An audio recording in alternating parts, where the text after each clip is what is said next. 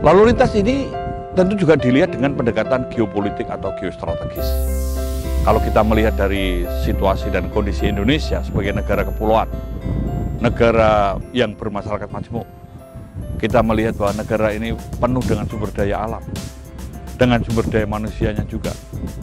Dan kita ini semua secara astagatra, secara geografi, demografi, sumber daya alam, ideologi politik, ekonomi, sosial, budaya, keamanan, dan pertahanan ini semua saling mengkait. Semua membutuhkan suatu sistem lalu lintas yang baik untuk mendukung berdaulatnya suatu bangsa. Supaya bangsa ini juga memiliki daya tahan, daya tangkal, bahkan daya saing. Nah, oleh sebab itu kita juga melihat bahwa bagaimana kita mengatasi sistem angkutan umum atau moda angkutan umum yang saling terkait, saling terkoneksi satu dengan lain. Bagaimana kita juga membangun satu sistem untuk bisa memberikan pelayanan untuk angkutan danau, sungai, dan penyeberangan.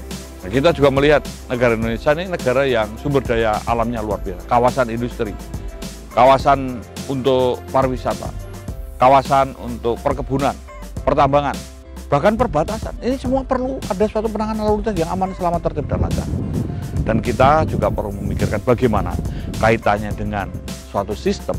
Ini akan berkaitan dengan dibangunnya Belt Road Initiative, akan dibangunnya suatu sistem jaringan tol, mungkin juga tol Nusantara atau tol yang berkaitan dengan dari Sabang sampai Merauke atau dari Miangas sampai ke Pulau Rote, ini saling terkait.